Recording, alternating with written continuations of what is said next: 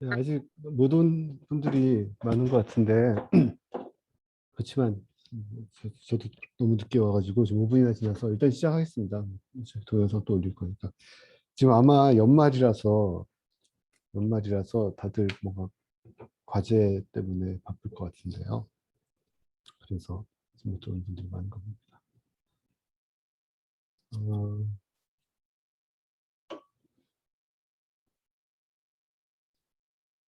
여기 저번 시간에 12번째 이제 모 옵티멀 컨트롤 프로블럼 뒤에 살펴봤었고, 동영상 강의로 살펴봤고, 그 뒷부분에 어떤 이야기 나왔었냐면, 이 저번 주 이야기 중에 맨 뒷부분에는 그 오브젝티브 펑션을 투놈, 그러니까 제곱합으로 두지 말고, 뭐 원놈이라든지 인피니티 놈이라든지 여러 가지 오브젝티브 펑션을 바꿨을 때, 그러니까 오브젝티브 펑션은 결국 뭐냐면 컨트롤이 어떻게든 작았으면 좋겠다는 뜻이 들어가 있는 건데 지금 서로 다른 노음으로 오브젝티브 펑션을 다르게 정의했다는 것은 셋 다 똑같은 뜻으로 셋 다 이제 공통적으로는 컨트롤이 뭔가 작았으면 좋겠다, 컨트롤 많이 안 썼으면 좋겠다 이런 뜻이 다 들어가 있다, 내포되어 있다라고 보면 되겠고 근데 이게 U가 크기 이쪽 방향도 있고 저쪽 방향도 있고, 그러니까 그 좌표 방향, XY 방향, 그리고 시간 방향 이렇게 굉장히 여러 개의 원소들이 있는데 그러면 그 U의 크기, U가 작았으면 좋겠다고 컨트롤이 작았으면 좋겠다고 하는데 도대체 정확하게 어떤 관점에서 작다는 건지 이제 그거를 이제 어떤 놈이냐 이걸로 정한 거죠. 제곱합의 관점에서 아니면 절대값의 합 관점에서 아니면 맥스가 맥시멈 값이 작다는 그런 관점에서 살펴봤을 때 컨트롤 솔루션이 다 다르고 다 전부 다 어떤 의미를 다 가지고 있다는 걸 이야기를 했습니다. 서로 다른 장점이 있죠. 그 얘기 오늘 좀 더 이어서 하려고 하는데요. 제가 여기 스파스 솔루션이라고 하는 슬라이드 새로 올려놨고 여기에 휴버 리그레션 이런 것도 새로 올려놨습니다. 여기 번호가 뭐가 잘못 적혀 있네요. 스파스 솔루션 이거부터 오늘 살펴볼 거고 그리고 여기 숙제를 하나 올렸는데요. 저번에 여러분들 하셨던 숙제 솔루션 올려놨으니까 확인해 보시고, 그리고 숙제 제출하신 분들 중에, 아직 다 완성은 안 됐는데, 그냥 제출 마감이 되어서 제출합니다. 이런 분들 몇 분 있더라고요. 근데 그렇게 하시지 마시고 차라리 완성이 안 됐으면 완성을 시켜서 제출하십시오. 꼭 완성이 안 됐지만 이제 제출합니다. 뭐 이렇게 하시면 그냥 여기서 끝내겠다라는 소리처럼 들려서 그렇게 하지 마시고 기한이 늦어져도 그러니까 기한보다 늦어져도 되니까 제대로 만들어서 제출해 주시면 좋겠습니다. 이번 과제는 뭐냐면 똑같은 셋업에 똑같은 문제인데 CVX 이따가 설명 드릴 건데요. 똑같은 문제인데 똑같은 문제인데 부속 조건이 뭔가 더 추가되어 있고 그리고 이거를 이제 저번에 여러분들이 하셨던 것처럼 풀지 말고 그 부속 조건이 있어서 그냥 리스트 놓으면 풀기가 어려우니까 CVX 파이 가지고 직접 지금 하고 있는 그것처럼 CVX 파이로 풀어라 하는 과제가 되겠습니다. 지금 제가 뭐 일주일 기한 써놨는데 제가 오늘 아침에 이거를 만들었는데 한 30분, 1시간 정도 걸리더라고요. 그러니까 금방 그 CVX 파이 간단하게 쉽게 할 수 있으니까 그거 좀 익숙해진다는 점에서 접근을 하시면 될 것 같고 근데 저번 거보다는 훨씬 시간이 적게 걸릴 겁니다. 그래서 일주일 정도 기한이면 될 것 같은데 어, 기한 맞춰주시면 뭐 좋겠고 지금 다들 뭔가가 무슨 과제 마무리 다들 뭔가 바쁘셔서 제가 숙제를 내기가 좀 그랬는데 음, 다른 바쁜 일이 있으시면 그거 먼저 하시고 시간 후에 내서 꼭 해보시면 좋겠습니다. 일단 설명드리고 아, 숙제 먼저 설명하고 갈까요?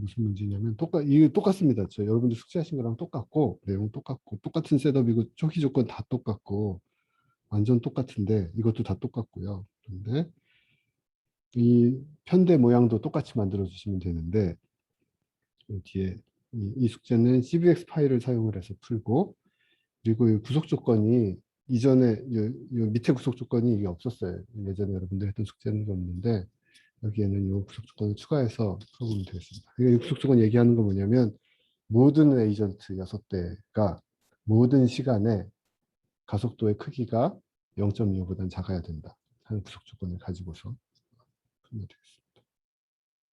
그래서 CVX 파일을 사용을 해서 하시면 좋겠다라고 이야기를 했던 거고 그림은 또 거의 같은 그림. 이 구속 조건을 풀고 하면 여기 지금 새로 추가된 구속 조건을 풀고 또 풀어보시면 되겠죠. 뭐 그 CBX 파이에서 구속 조건 더하고 빼기 컨벡스 구속 조건 더했다 뺐다 하는 건 굉장히 간단하니까 빼고 해보시면 여러분들 전에 했던 숙제랑 똑같은 결과가 나와야 되고요. 얘는 이제 추가하고 계산한 거고 그리고 뒷부분에서 정말 컨트롤 6대가 컨트롤을 제한 조건 준 0.25보다 작게 항상 쓰고 있는지 마지막으로 확인해 보시면 되겠습니다. 이렇게 보면 컨트롤이 항상 0.25보다는 넘지 않게 이렇게 다 클립되어 있는 걸 볼 수가 있죠. 이런 솔루션이 얻어지면 맞겠다고 확인하시면 되겠고 참고로 이 CVX 파일 사용을 하면 문제를 그러니까 하여튼 풀 수 있도록 만드는 과정은 굉장히 간단하지만 계산하는 데 걸리는 시간은 여러분들이 했던 것보다 훨씬 많이 걸려요. 그래서 해보시고 뭐 시간은 좀 걸리니까 저는 이 구글 콜랩 여기서 아까 봤을 때 한 1분 가까이 걸렸던 것 같아요. 몇십 초. 여기 5초라고 나오네. 근데 하여튼 제가 느껴지기엔 오래 걸렸던 것 같습니다. 이게 5초가 실제 그 계산 내가 나한테 느껴진 시간이 아니라 그 서버에서 돈 시간인 거니까 하여튼 이거를 해보시면 되겠고 기한은 뭐 참고 그냥 그 가이드만 일주일 정도라고 드렸던 거고 되는 대로 해보시면 되겠습니다. 그 말씀드린 것처럼 우리 저번 시간에 모어 옵티멀 컨트롤 뒷부분에서 여러 가지 다른 오브젝티브 펑션 줘서 했을 때 솔루션이 뭔가 다르게 나왔던 것처럼 그 같은 개념을 되게 단순한 문제 가지고 지금 살펴보려고 해요. 스파스 솔루션 열어봐 주시면 되겠고 13번째 있는 거 열어볼게요. 지금 뭐 하려고 하냐면 굉장히 간단한 문제입니다.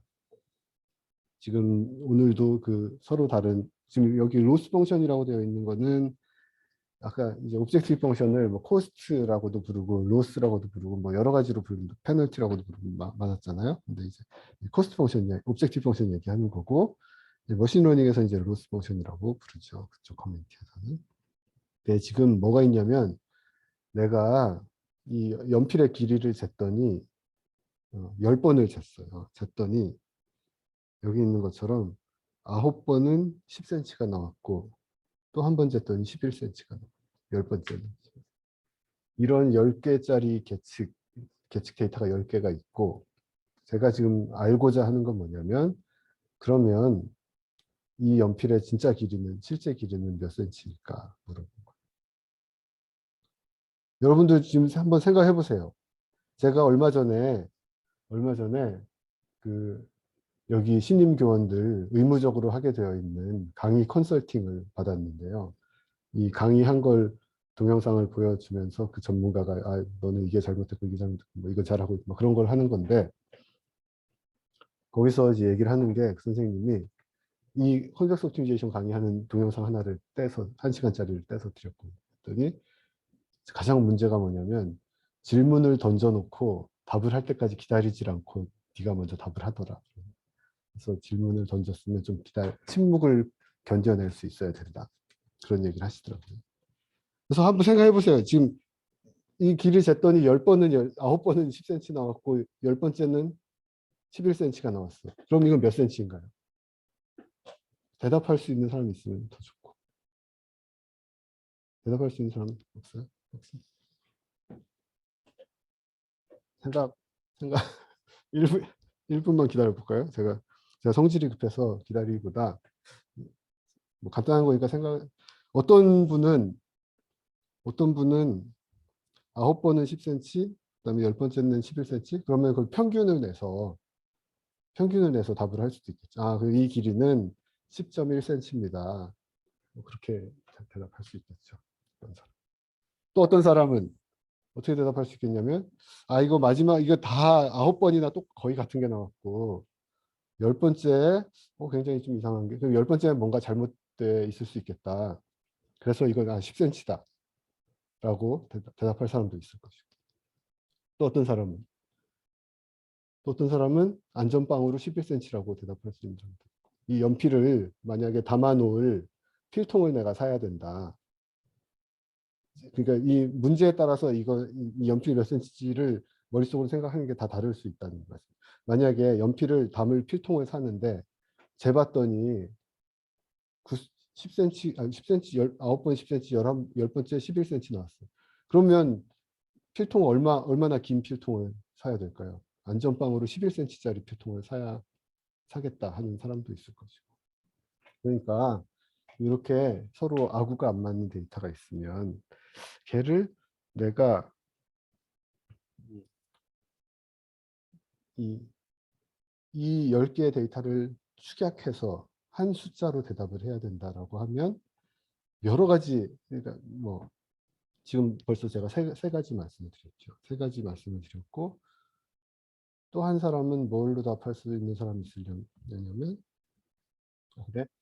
10하고 11이니까 그 중간 딱 쳐가지고 10.5 이렇게 대답하는 사람도 있을 겁니다. 근데 이제 그 중에 맞는다, 제가 질문을 명확하게 하지 않았기 때문에 여러 가지 답이 다 지금 맞는 답이라고 생각하면 되겠어요. 그래서 지금 여기 보면 10개를 이런 데이터 y 10개짜리 벡터 이걸 만들었습니다. 그리고 지금 이 10개의 데이터를 대표하는 숫자 하나를 고르려고 하는데 어떻게 고르려고 하냐면 아까처럼 그냥 평균 하겠습니다 이렇게 할 것보다 좀 더 똑똑하게 우리는 최적화를 오티미제이션 공부한 사람이니까 요걸 내가 지금 y1부터 y10까지가 있고 그게 y이고 내가 y hat이라는 그 y의 추정치를 골라내려고 하는 거예요. 그런데 지금 요 함수를 최소화하도록 y hat을 고르겠다는. 근데 어떤 p놈, 뭐 이거 그 p놈 이야기죠. 그러니까 이 얘기 뭐냐면 내 계측치와 그 y가 내가 골라내고자 하는 y hat 찾고자 하는 y hat 그 차이의 절대값에 뭐 p가 1이면 절대값의 합을 미니마이즈 하도록 내가 y hat을 고르겠다. 아니면 p가 2면 절대값의 그 10개의 절대값의 제곱값들의 합을 미니마이즈 하겠다. p가 인피니티면 무한대면 뭐죠? 그 요즘 요 절대값 안에 들어있는 게 결국 에러라고 볼 수 있잖아요. 내 추정치와 실제 계측치의 그 차이니까. 그 차이에 p가 인피니티라고 하면 이건 맥스. 차이 그 에러가 가장 큰 애를 미니마이즈 하도록 고르겠다. 그런 이야기를 쓸 수가 있겠습니다. 그럼 이건 결국에 이렇게 쓸 수가 있죠. 지금 원하고 두껍게 쓴 거는 1로만 꽉 차 있는 벡터고 여기에 있는 오른쪽에 있는 y는 계측치 10개가 쭉 쌓여져 있는 벡터고 그리고 y-hat은 우리가 찾고자 하는 스칼라 값 y-hat이고 이쪽으로 넘어오는데 문제 없죠. 그래서 이 문제를 풀어서 내가 y-hat을 고를 거고 근데 p를 원놈으로도 한번 해보고 투놈으로도 한번 해보고 인피니트놈으로도 한번 해보고 y-hat 그냥 스칼라 베리어블 하나 만들고요. 로스 펑션 3개를 다르게 했습니다. y-hat에서 y는 이제 10개짜리 벡터 계측한 10, 그러니까 10, 10, 10, 10, 10 하고 마지막에 11 들어있는 벡터에 투놈으로 로스 펑션 만들고 원놈으로 인피니티 놈으로 3개의 로스 펑션. 그래서 첫 번째 문제는 투놈을 미니마이즈하는 문제를 푼 거고, 그래서 y의 투놈이 그거의 정답이 되는 거고, 이거 이제 원놈을 오브젝티브 펑션으로 해서 푼 거. 그다음에 이거는 인피니티 놈을 오브젝티브 펑션으로 해서 푼 거. 결과를 그려보면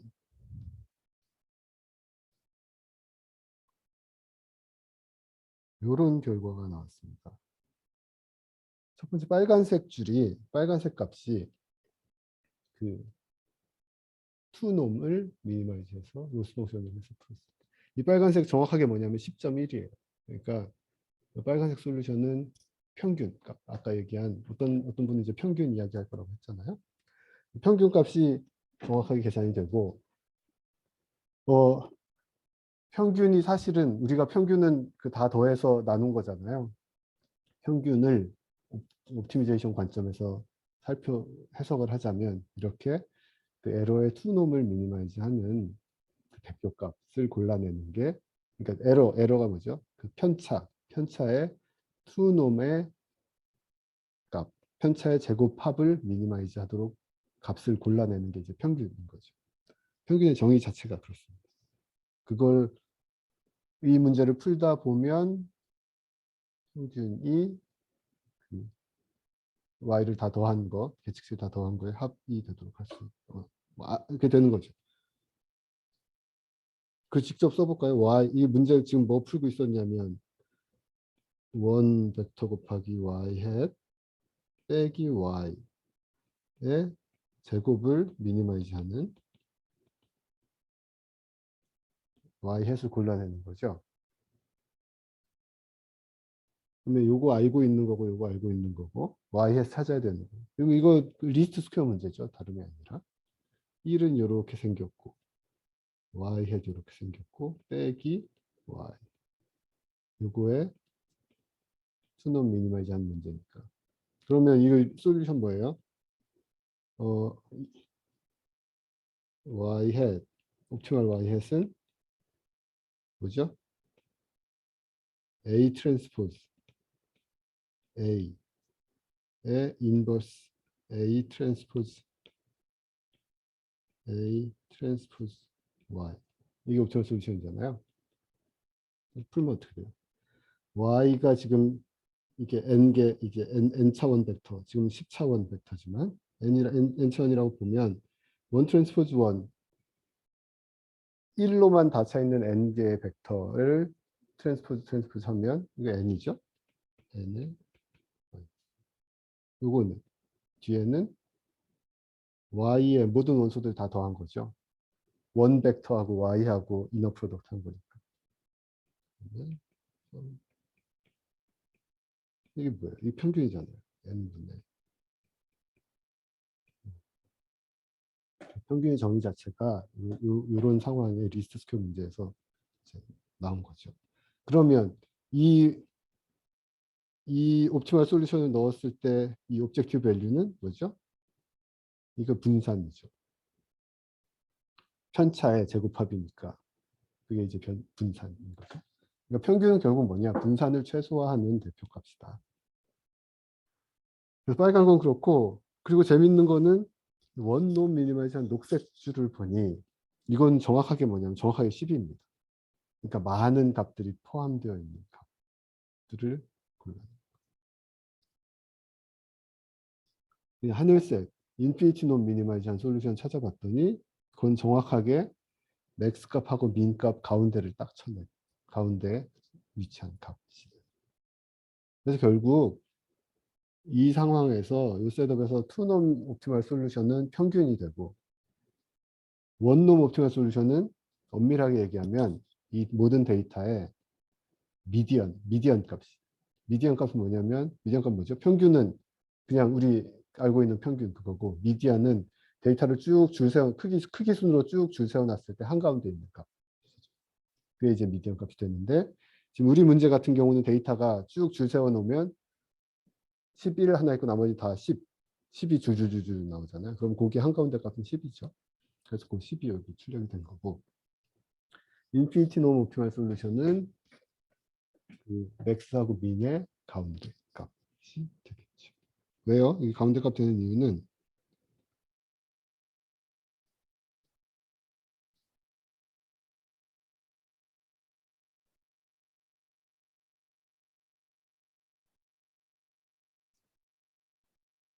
얘가 만약에 y 해시 여기 있다고 하면 지금 요 놈이 지금 y 해시라고 하면 요 놈이 y 해시라고 하면 오브젝티브 밸류는 오브젝티브 펑션 값은 뭐죠? 요 y 햇과 요 차이이죠. 차이들을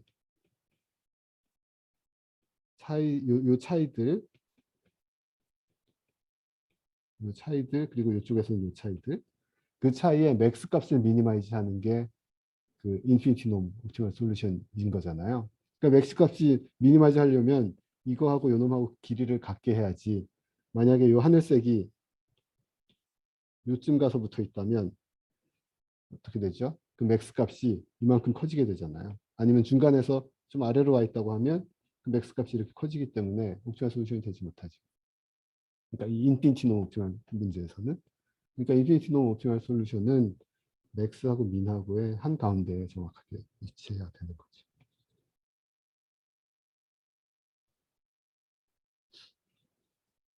그래서 이거를 좀 그러면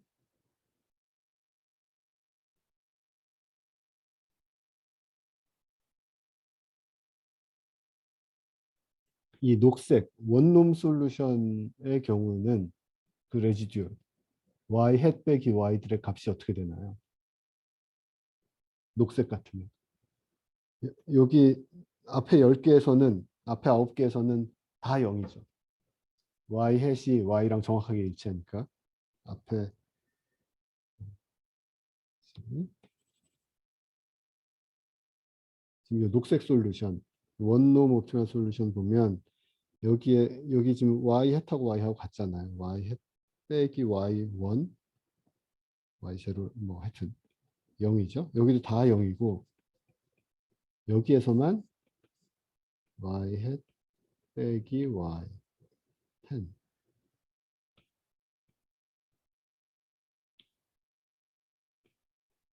이거는 1이 되죠. 나머지는 다 0이고 거기 하나만 1. 그런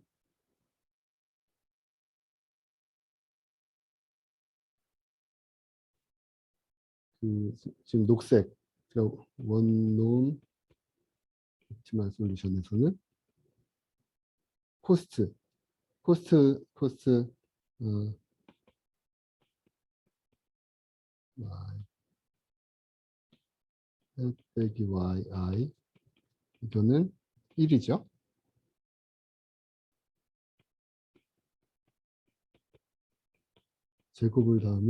제곱을 다 더해도 1이고 투노 옵티멀 솔루션에서 y 이거 다 더하면 뭐예요? 0.1 이 9개 있고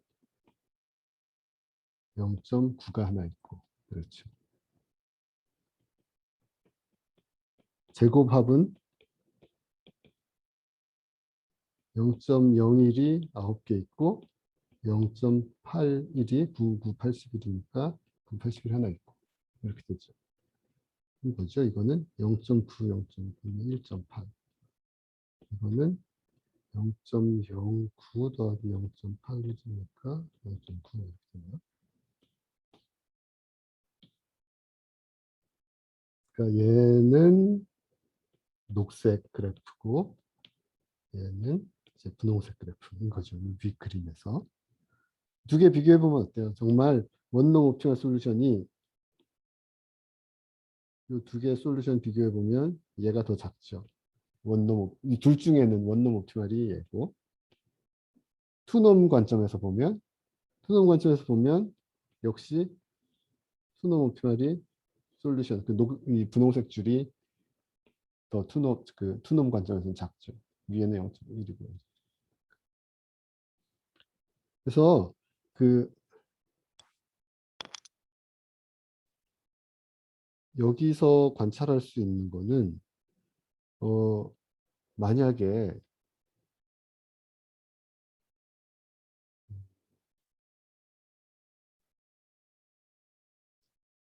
우리가 y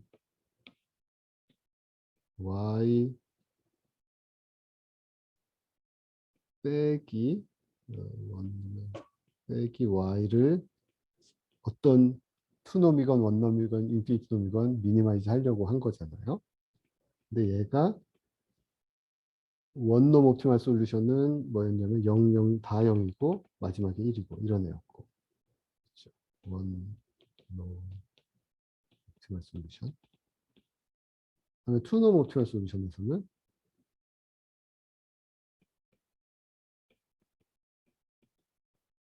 0이 하나도 없고 0.1, 0.1 요 절대값을 얘기한다고. 다 0.1이고 마지막에 0.9가. 여기서 알 수 있는 게 원놈 옵티멀 뭔가 원놈을 좀 줄일 수 있는 원놈을 미니마이즈 할 수 있는 애는 여기 0이 많이 들어가 있는 놈이 골라진다라는 걸 관찰할 수가 있습니다.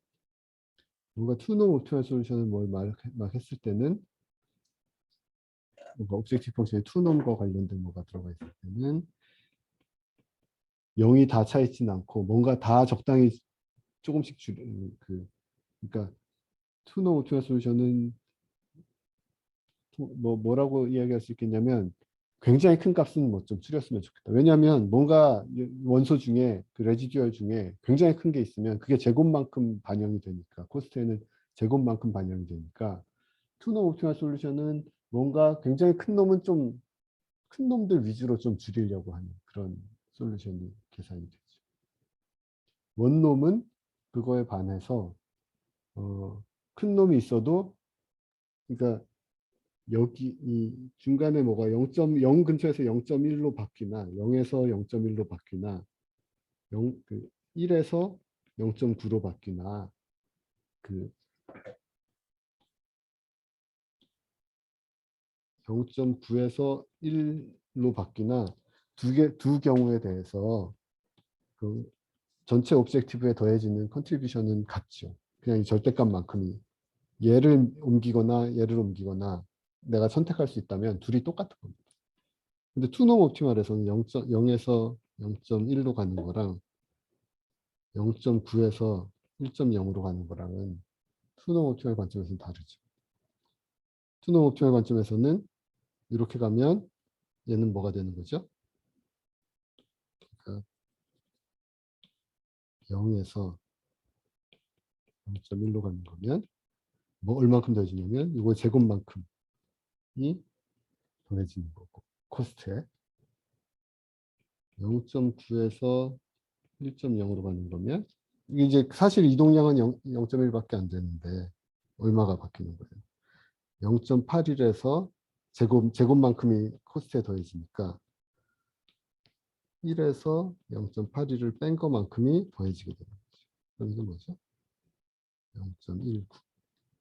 그러니까 이것도 0.1 원소 어떤 원소가 0.1 움직인 거고 이것도 0.1 움직인 건데 실제 코스트에 더해지기는 이 큰 애가 뭔가 더 커져 버리면 굉장히 페널티가 많이 먹히게 되는 거죠.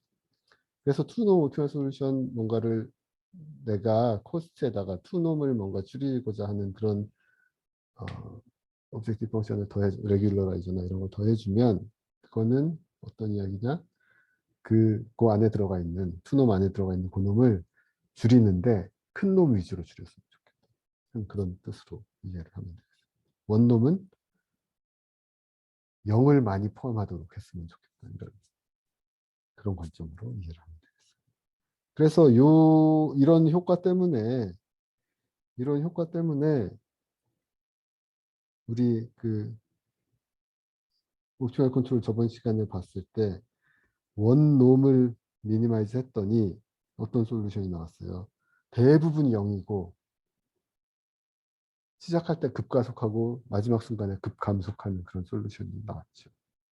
인피니티 놈 미니마이즈 했더니 역시 그 큰 값, 작은 값 적당히 나눠서 쓰는 그런 이제 계단 모양의 그런 솔루션이 나왔고 투놈은 지금 이 원놈 옵티멀 솔루션이 주황색이었고 투놈 옵티멀 솔루션이 파란색이었어요.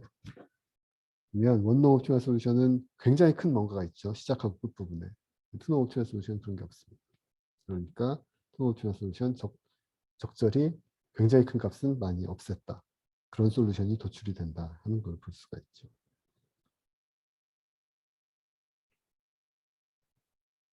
여러 가지 오브젝티브 펑션들에 대해서 이런 효과를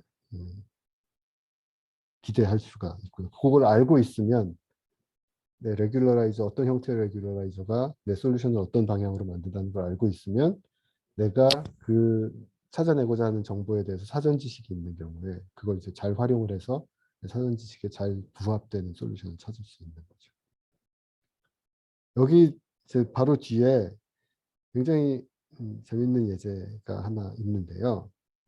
지금 우리 그 지금 어떤 상황이냐면 y는 ax라는 선형 방정식을 이제 풀려고 하는 거예요. 근데 a가 스퀘어하고 인버터블 하면 그냥 그러니까 지금 이런 y는 ax 이런 문제를 풀 거고 y를 주고 y랑 a를 주고 그럼 x를 찾아봐라 이걸 이제 할 건데 어때요? a가 그 스퀘어하고 인버터블 하면 그냥 유일하게 솔루션이 정해지죠. 이건 이제 많이 얘기했던 겁니다. 만약에 a가 길쭉하면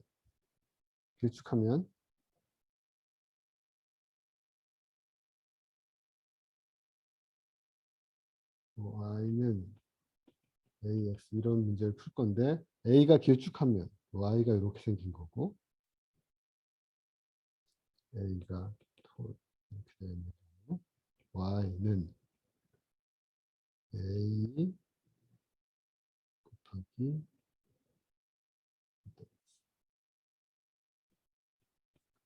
이런 상태고 이러면 내 변수 개수보다 찾고자 하는 변수 x의 개수보다 계측치가 더 많아서 이거는 뭐 y가 a 레인지 안에 있으면 솔루션이 유일하게 결정이 될 것이고 그렇지 않다면 솔루션이 없을 수도 있고 그렇죠. 그러면 솔루션이 없으면 우리는 어떻게 할 수 있나요? y 빼기 ax의 놈을 미니마이즈 하도록 x를 고를 수가 있고 그게 이제 리스트 스퀘어 문제예요. 지금 하려고 하는 얘기는 뭐냐면 a가 이렇게 와이드한 경우에 대해서 지금 이야기할 겁니다. 어떤 상태냐면 y가 이렇게 있고 a가 이렇게 있고 그러니까 이 문제는 내가 알고자 하는 언노운보다 x의 크기보다 계측치가 훨씬 적게 주는 그러면 y는 ax를 만족하는 솔루션을 찾을 수 있나요? 여기서 y만 주면 솔루션을 찾나? 그러니까 원래 x를 이걸 가지고 원래 x를 찾을 수 있겠어요? 찾을 수 없겠죠. 훨씬 방정식이 적으니까. 지금 y는 ax 이 상태는 이걸 y랑 a를 준다고 해서 x를 유일하게 결정할 수 없습니다. 왜냐하면 이걸 만족하는 x는 무한히 많기 때문에 그러니까 y와 a가 고정이 되어 있을 때 y는 ax를 만족하는 x는 무한히 많기 때문에 그 중에 원래 x가 뭐였는지 유일하게 고를 수는 없는 거죠. 그렇죠? 다시 이야기하면 방정식을 더 적게 준 거예요.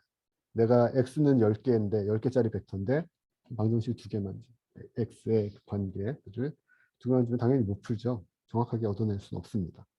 그런 상황을 이야기할 건데 지금 어떤 문제냐면 n이 원래 그 x의 차원 그러니까 x가 100개짜리 벡터고 m은 그러니까 a가 m by n 매트릭스예요. 여기 있는 것처럼 a가 m by n 매트릭스인데 납작한 매트릭스.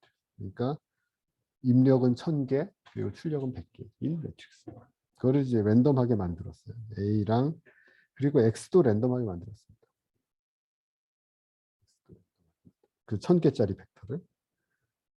그리고 거기다가 이 x를 좀 조작을 해서 0.99보다 큰 애들만 남겨둔 거.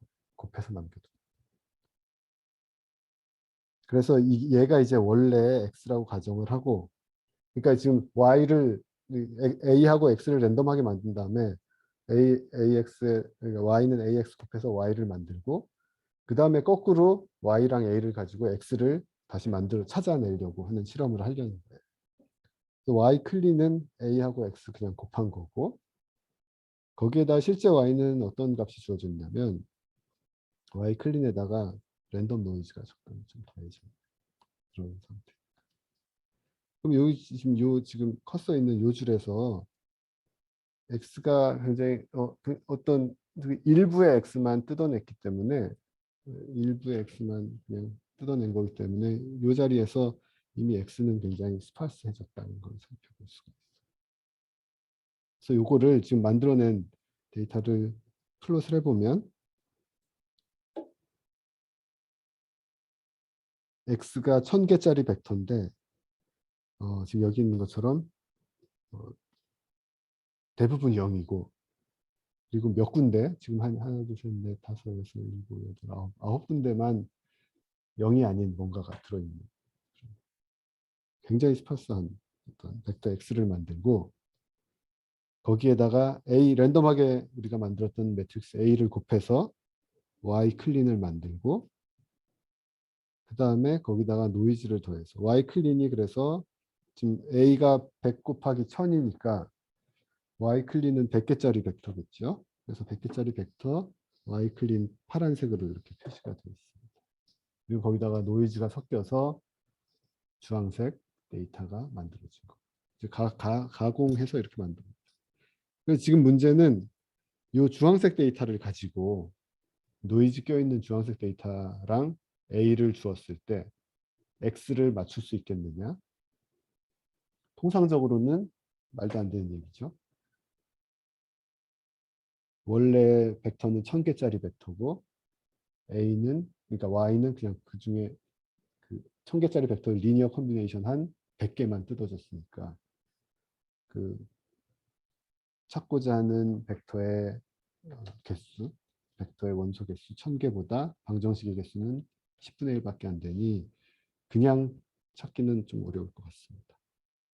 그래서 지금 이제 어떤 문제인지 확실히 아셨죠? 요 지금 주황색 가지고 이 위에 파란색 벡터 x를 주황색 y를 가지고 파란색 벡터 x를 찾고자 하는 그런 문제. 그래서 그냥은 못 풀 것 같으니까 이런 문제 한번 ax랑 y랑을 일치시킬 수 있는 x를 찾고 싶은 거고 그 중에 그러니까 지금 솔루션이 굉장히 많은 문제이기 때문에 솔루션이 굉장히 많아서 유일해를 골라내기가 어려운 문제니까 이 y는 ax 만족하는 애 중에 그 x의 투놈을 미니마이즈하는 그런 애를 한번 찾아보겠다.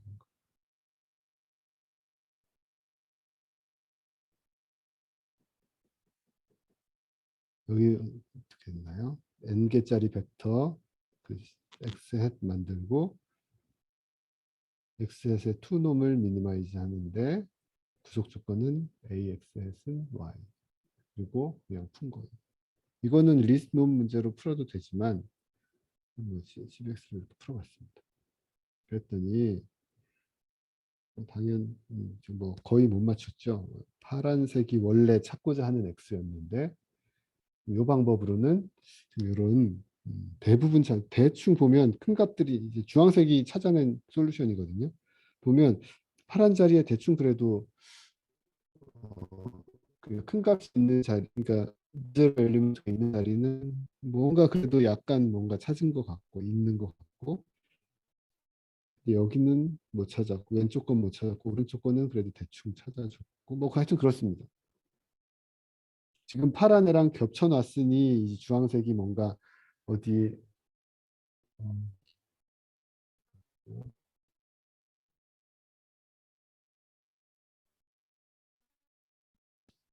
지금 제 화면이 업데이트 안 되고 있어서 화면 잘 안 보이죠? 화면 고정돼 있죠 지금?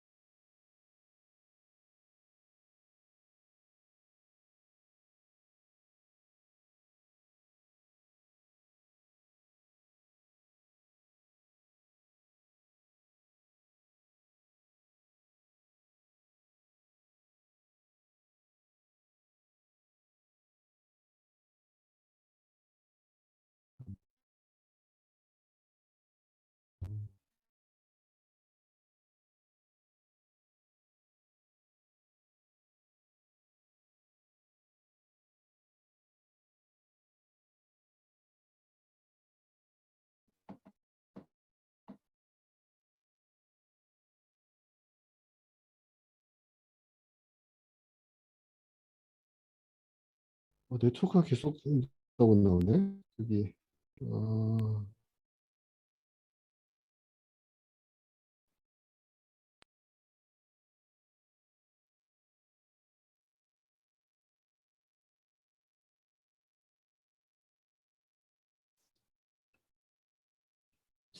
어, 아까 어디까지 얘기가 되다가 끊겼는지 모르겠네요.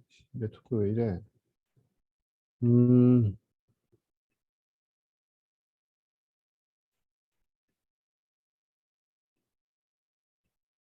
몇 명 튕겨나간 것 같기도 하고.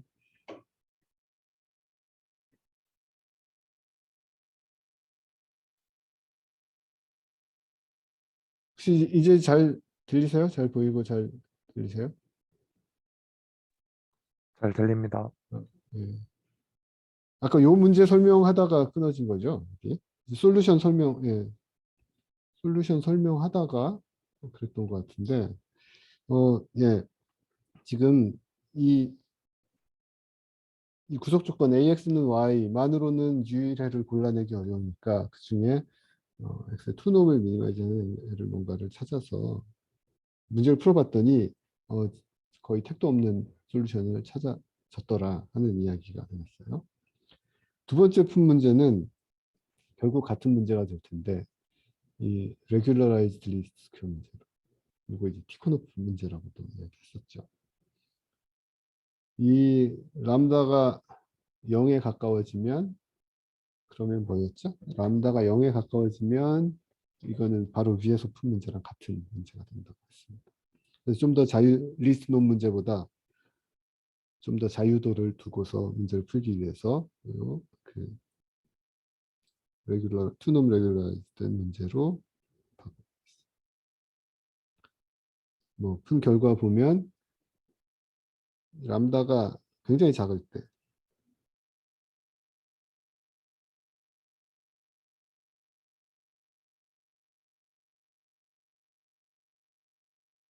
그러면 위에서 계산한 그 디스트 놈 솔루션하고 같아질 것이고 람다가 굉장히 크면 어떻게 되죠? 그냥 0이 출력이 되겠죠. 그냥 굉장히 작은 값.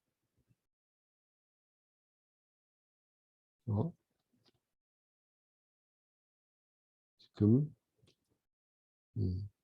너무 그 스케일이 잘 안 맞아서 솔버가 에러를 출력한 것 같습니다. 하여튼 람다를 키우면 또 이렇게 그냥 0에 가까운 이런 솔루션이 얻어지는 것이고 그러면 대부분 맞긴 하지만 이 솔루션은 어때요? 지금 람다를 굉장히 키워서 0이라는 걸 그냥 출력을 했더니 뭐 이걸 맞다고 해야 되나? 굉장히 대부분은 맞는데 뭐 이제 나머지는 정말 그러니까 쓸데없는 0이라는 정보는 잘 맞고 의미 있는 정보 어느 위치에 뭐가 있는지 0이 아닌 뭔가가 껴들어가 있는 그게 이제 사실은 중요한 데이터들인 거잖아요. 중요한 정보 알고자 하는 정보였죠. 근데 그걸 하나도 못 맞추는 그런 경우가 있죠.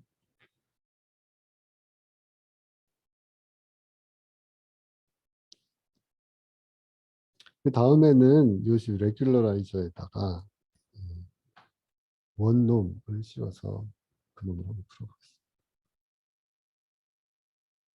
지금 요 레귤러라이저만 바뀐 거예요. 요 숫자만 바뀐 거죠. 위에서. 계산된 결과를 보니까 신기하게도 어, 이 파란색 끝에를 그 크기를 정확하게 맞추진 못했지만 그래도 굉장히 이제 이전의 두 결과들에 비해서는 훨씬 나은 솔루션이 찾아졌죠. 이거 지금 이 끝부분에 정확하게 못 맞춘 것은 끝부분에 정확하게 못 맞춘 것은 그 아까 그 계측에 노이즈가 섞였기 때문에 그 효과인 거고 노이즈를 없애보면 아마 똑같이 나올 겁니다. 노이즈를 그냥 없애보면 똑같은 결과 그러니까 원래 신호를 정확하게 만들 수 있어야 되겠죠. 첫 번째 두 문제 같은 경우는 두 방법으로는 노이즈가 없더라도 거의 쓸데없는 결과, 여전히 쓸데없는 결과를 이렇게 내주게 되고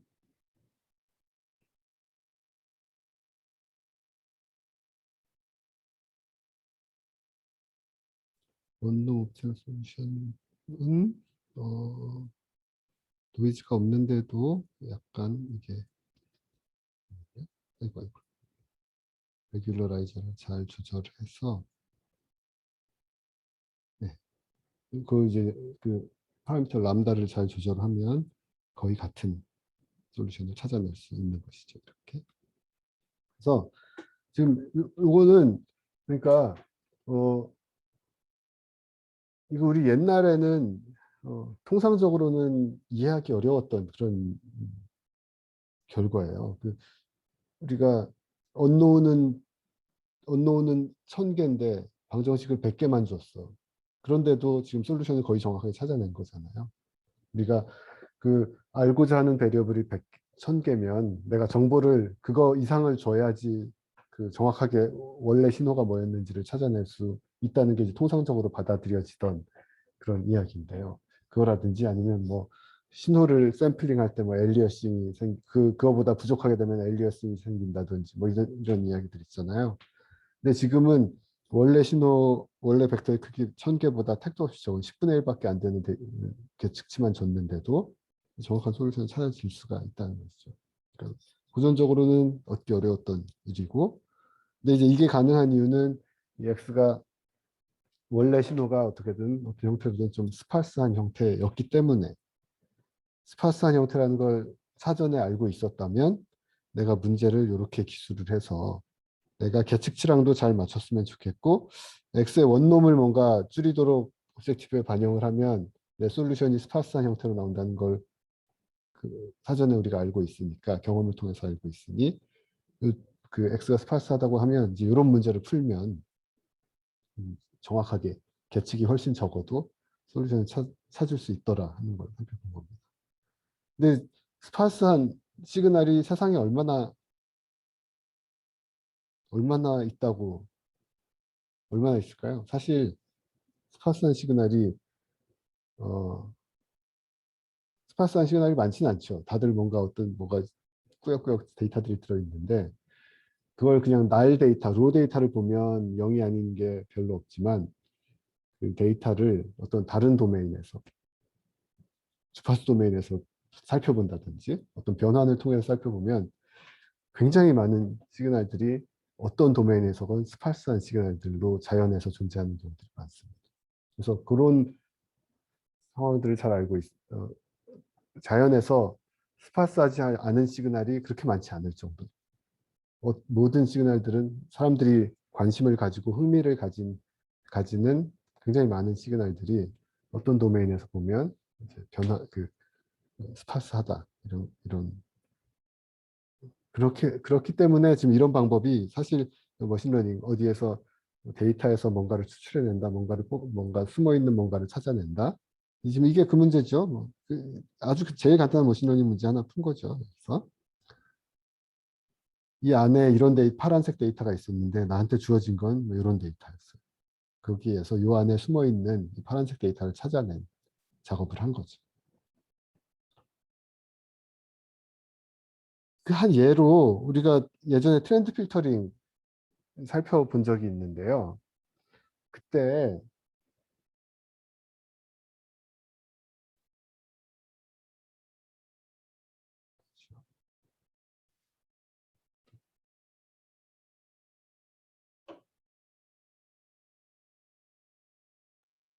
아직도 안 되네.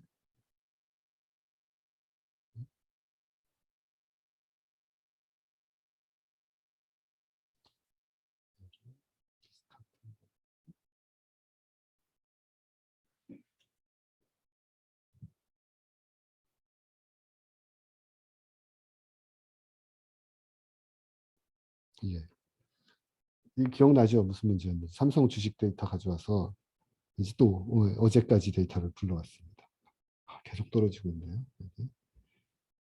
음, 자꾸 보여드려서 죄송합니다. 이런 데이터 가지고 뭘 했었냐면 트렌드 필터 맨 처음에 예제 살펴본 거였잖아요. 요거 안에 숨어 있는 어떤 그 경향을 지금 요 첫 번째 오브젝티브는 계측 데이터랑 경향이랑 잘 맞았으면 좋겠고 두 번째 오브젝티브는 그 경향이란 것은 그렇게 급하게 변하진 않았으면 좋겠다. 하루하루 사이에 하루하루마다 급하게 변하진 않고 어제의 경향이랑 오늘의 경향이랑 내일의 경향은 어떤 이제 연속적인 부드럽게 이어진 그런 관계에 있다. 라는 옵젝티브를 사용을 해서 문제를 풀었더니 이런 그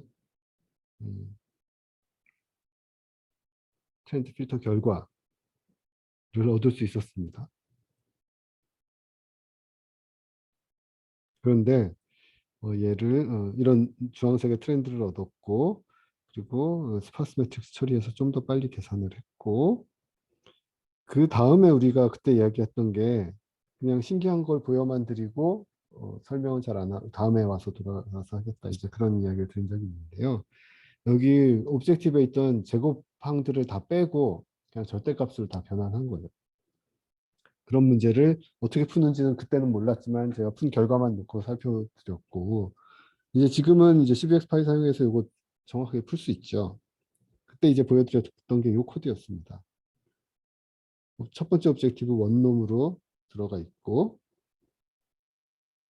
두 번째 옵젝티브는 d 곱하기 x 그러니까 요 문제를 그냥 구현한 거죠. 람다를 100이라는 값을 줘서 문제를 CBX 파일을 그냥 푼 거예요.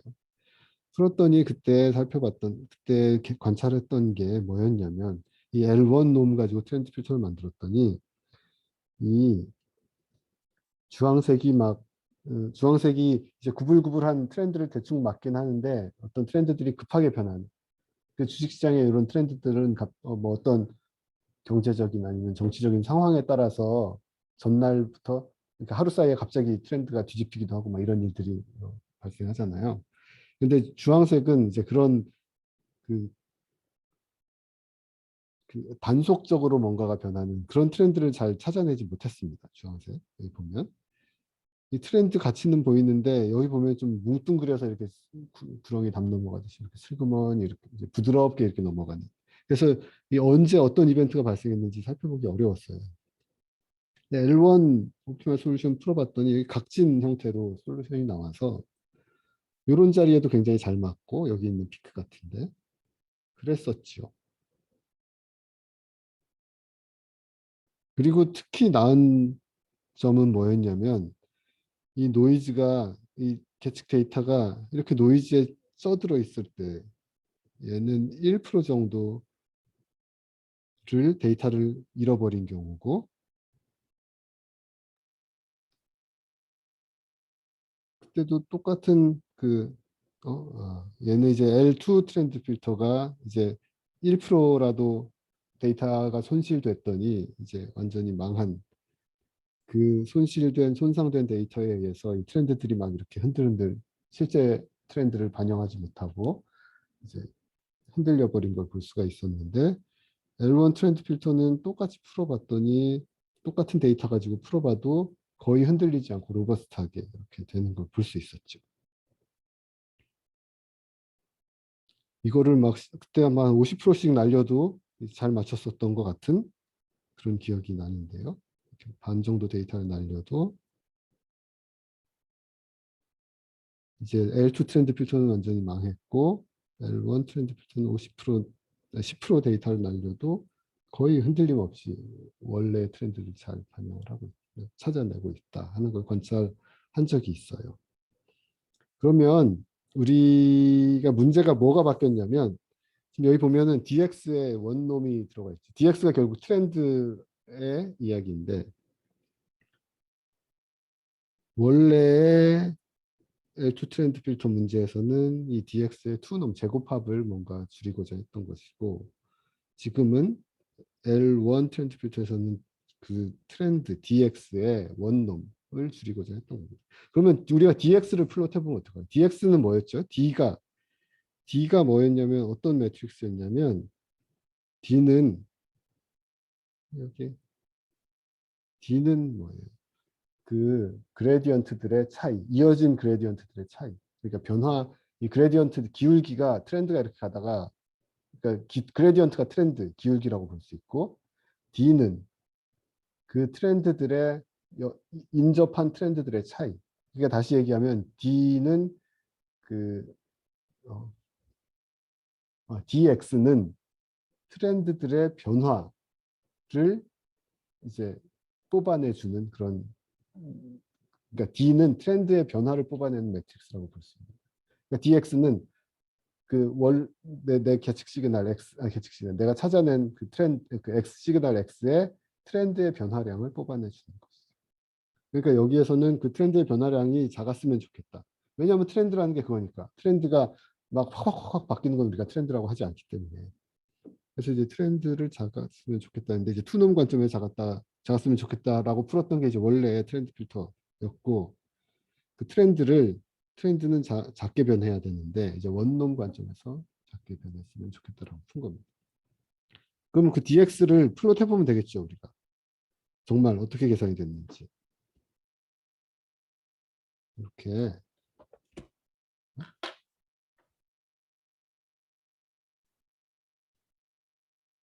뭐였지?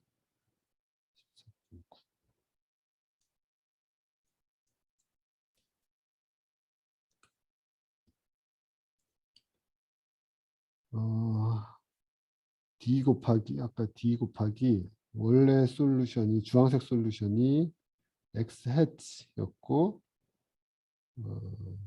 트렌드 필터 솔루션이,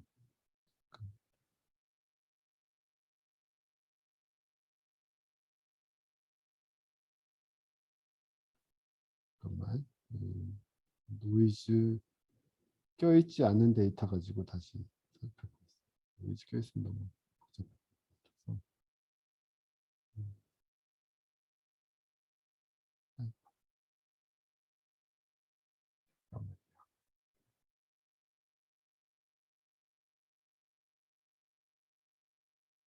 이게 노이즈 안 껴있는 트렌드 필터 결과고, 처음부터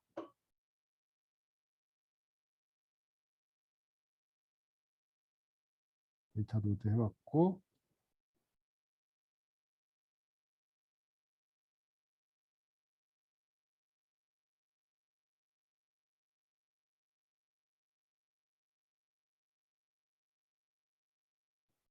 리스트 스퀘어 가지고 넘파이 리스트 스퀘어로 풀고 있고요.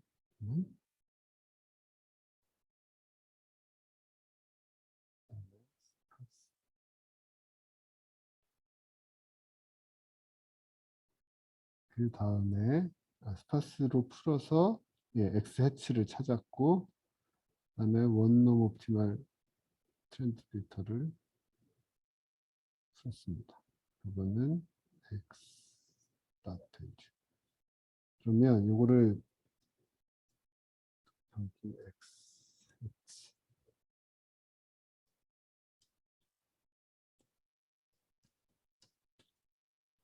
얘는 이제 투놈 옵티멀 트렌드 필터의 DX인 거예요. DX, 그러니까 트렌드의 변화량. 그러니까 이 벡터의 투놈을 우리가 줄이고자 트렌드 필터 설계한 거고, 그렇게 해서 그 옵티멀 솔루션이 가지는 그 DX, 트렌드의 변화량 지금 보여주고 있는 겁니다. 여기다가 원놈 옵티멀 트렌드의 변화량은 요거죠. X 밸류가 CBX 파이가 찾은 거니까. 보면 지금 두 개가 겹쳐서 여기 보면은 이 트렌드의 변화량이 굉장히 스파스하다는 거 확인할 수 있죠. 주황색 보면 대부분 0이고 뜨문뜨문하게 0이 아닌 값들이 들어있는데, 0이 아닌 값들이 들어있는 건 뭐예요? 이 녹색의 트렌드의 기울기가 변화하는 시점인 거죠. 기울기가 유지되는 데는 dx는 0이고, 기울기가 딱 바뀌는 순간에 dx가 뭔가 다른 값들을 가지는 거죠. 0이 아닌 값들. 그거 이제 출력을 해보면 지금 제가 묻혀가지고 잘 안 보이는데 두 개를 분리를.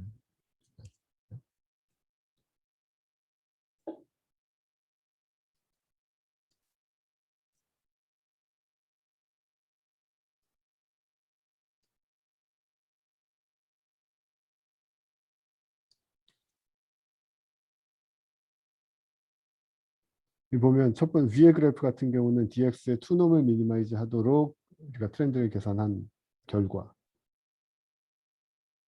실제 dx가 이렇게 생겼던 것이었고, 원놈을 미니마이즈하도록 원놈을 줄이도록 트렌드 필터를 설계한 결과 그 DX 그 트렌드 변화량 살펴봤더니 이거에 대한 스파스한 뭔가가 얻어졌죠. 그래서 지금 이 문제는 이 L1 트렌드 필터는 뭘 푼 거냐면 내 트렌드가 지금 이 문제에서 트렌드라는 것은 트렌드를 쭉 줄 세워 그 타임 시리즈를 쭉 계산해 보면 그 트렌드라는 것은 크게 변하지는 않아야 된다. 그러니까 트렌드의 변화량은 작아야 된다라는 관점에서 우리가 그 트렌드 필터를 설계하고 있는 것이고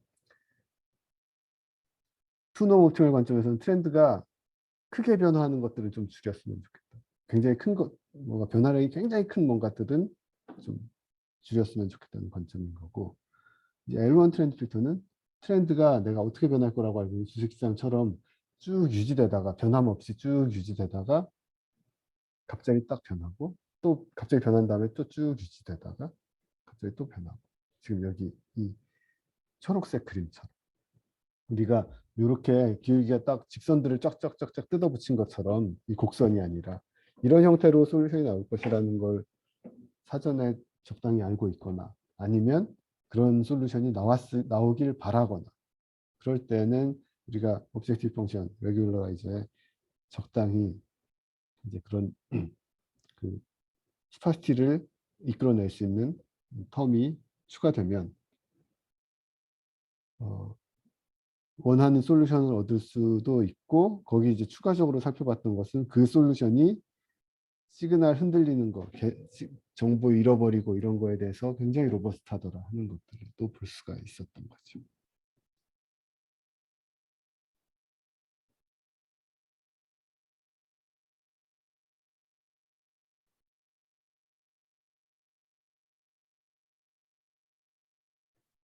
어, 그러니까 지금 이 시그널 찾아진 트렌드, 이 X는 뭐죠? X.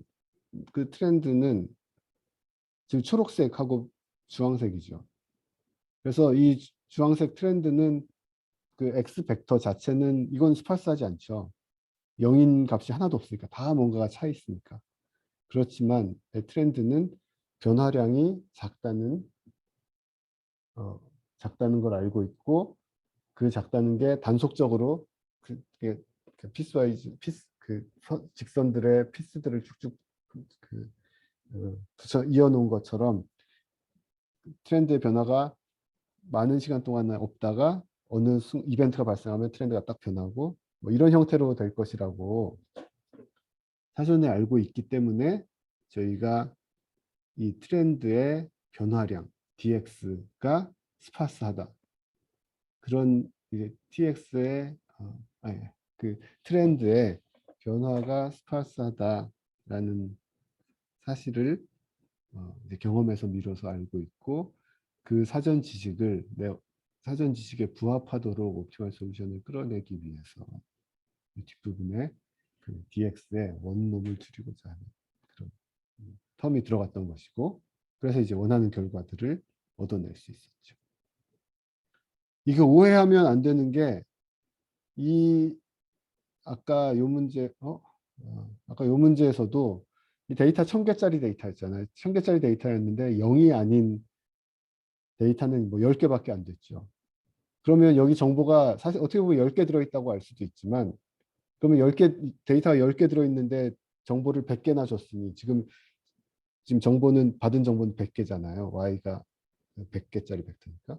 데이터가 10개인데 100개 받으면 많이 받으면 데이터 많은 거 아닌가 이렇게 생각할 수 있는데 이게 이 스파스 시그널이 어느 위치에 0이 아닌 게 있는지 알고 있다면 그러면 정보가 10개밖에 없는 거지만 그러면 정보는 10개밖에 없고 데이터 100개면 충분히 많은 데이터라고 할 수 있겠지만 지금 우리는 어느 자리에 0이 아닌 게 있고 어느 자리가 0인지 그 위치를 알지 못하는 상태에서 이제 문제를 접근하고 있기 때문에 그 알지 못한 상태에서는 여전히 내가 이 데이터에 그 파란색 데이터에 담겨 있는 정보는 1000개인 겁니다. 그 정보 1000개 중에서 정보 1000개를 놓고 계측 데이터 100개만 가지고서 정확하게 찾아낸 거죠. 이렇게.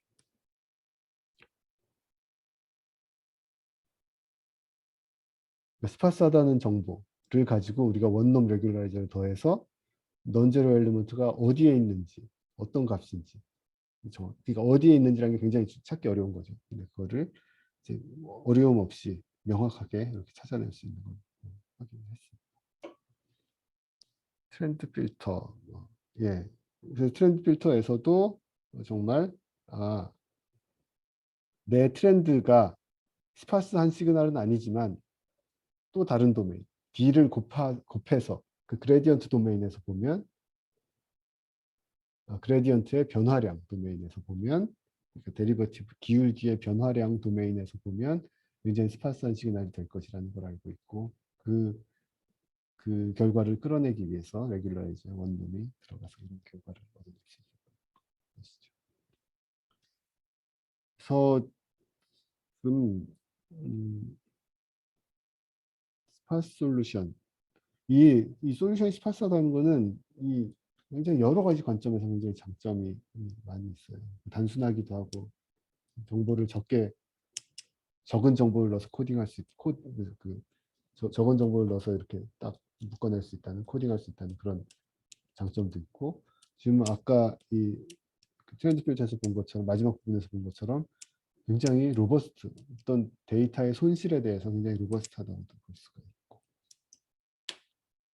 그래서 이 스파스 솔루션에 대한 이야기를 몇 개 더 할 건데 오늘은 이 트렌드 필터 이야기를 했었고 또 이어서 지금 휴버 레그레션 지금 새로 올려놨는데요.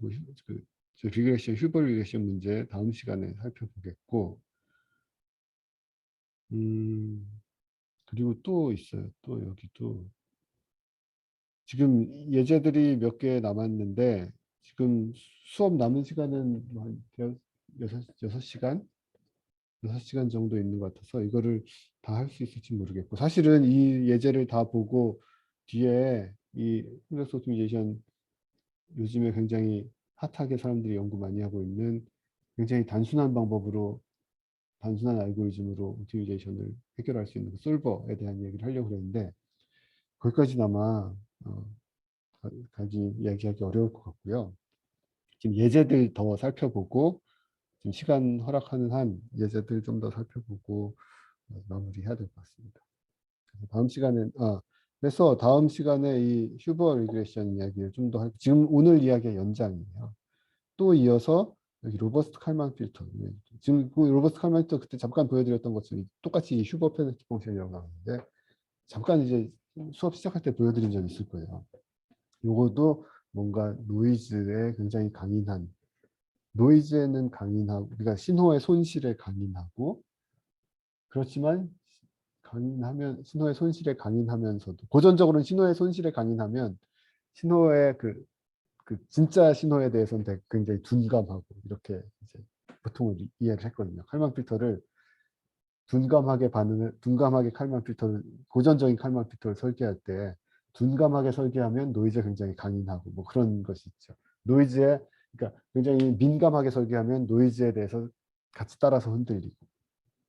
근데 지금 우리 L1 트렌드 필터에서도 봤고 이제 로버스트 칼만 필터에서도 볼 내용은 그러니까 휴버 펑션, L1 페널티 펑션 이런 것들을 도입을 하면서 똑같은 상황의 문제에서 신호의 손실에 굉장히 강하고 그리고 진짜 신호에도 되게 민감하게 반응을 하고 그러니까 옛날에는 고전적으로는 불가능할 거라고 생각을 했던 그런 이제 신호 처리 방법들을 좀 몇 가지 이어서 볼 겁니다.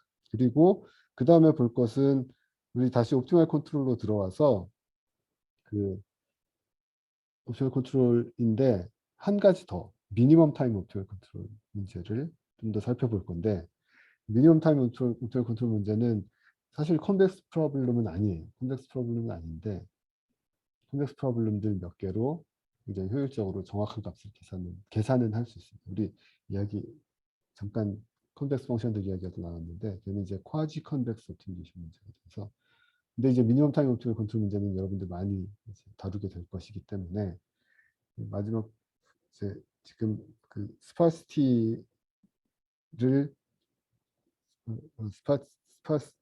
스파스한 솔루션을 이끌어내는 이런 이야기들 그런 장점들 그런 신호 처리 신호 처리 방법들 이야기를 하고 그 다음에는 이제 미니멈 타임 컨트롤 이야기하기 위해서 쿼지 컨텍스트 프로그램들 좀 이야기하고 그렇게 진행하겠습니다. 그리고 이것도 중요하니까 살펴봐야 되겠어요. 그 소프트 벡터 머신, 그 리그레션, 그 머신러닝의